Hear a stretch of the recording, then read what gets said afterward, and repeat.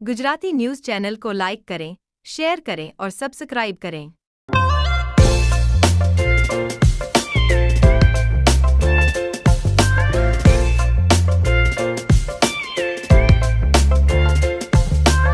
Madam આજે red alert દક્ષિણ ગુજરાત માટે છે. તો કયા કયા વિસ્તારમાં કેટલો વરસાદ છે અને કેટલા રસ્તાઓ હાલ બંધ થયા છે? ગઈકાલે એટલે કે 27મી સપ્ટેમ્બરના રોજ આપણા દક્ષિણ ગુજરાતની અંદર અને ખાસ કરીને સુરત માટે રેડ એલર્ટ જાહેર કરવામાં આવ્યું હતું. એટલે કે ભારેથી અતિભારે વરસાદ છૂટાછવાયા સ્થળે પડવાની શક્યતા હતી. જ્યારે આજની તારીખે જોઈએ છે તો છૂટાછવાયા સ્થળોએ ભારે વરસાદ એટલે કે યલો એલર્ટ આપવામાં આવ્યું છે.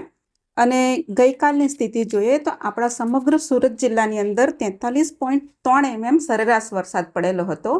જે પૈકી આપણા ઉમરપાડા તાલુકામાં 117 mm વરસાદ પડેલ છે, નોંધપાત્ર છે. જ્યારે અન્ય તાલુકાની અંદર સરેરાશ વરસાદ છે.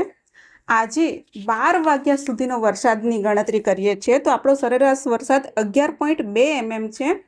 તેમાં ઓલપાડની અંદર 12 વાગ્યા સુધીમાં 44 mm વરસાદ પડેલ છે. જ્યારે સુરત શહેરની અંદર 26 mm વરસાદ હાલ પડી રહેલ છે અત્યાર સુધીમાં.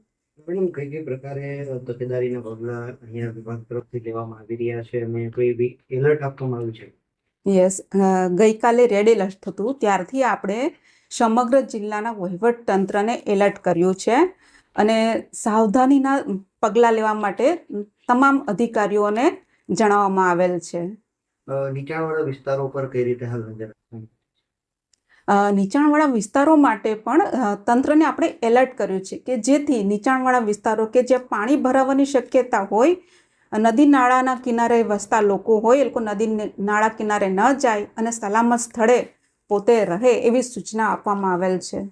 પાણી ભરાવાની પરિસ્થિતિ જો કોઈ વિસ્તારમાં જોવા મળશે તો કઈ રીતે આપણી રિસ્પોન્સ ટીમ કામ કરશે? એના માટે આપણા અહીંયા આશ્રય સ્થાનો નક્કી કરેલા છે.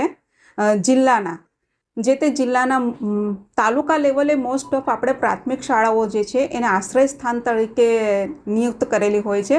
તો ત્યાં આપણે એમને ખસેડીને એમનું સ્થળાંતર કરાવતા હોઈએ છીએ. रिपोर्टर अरविंद राठौड़, सूरत।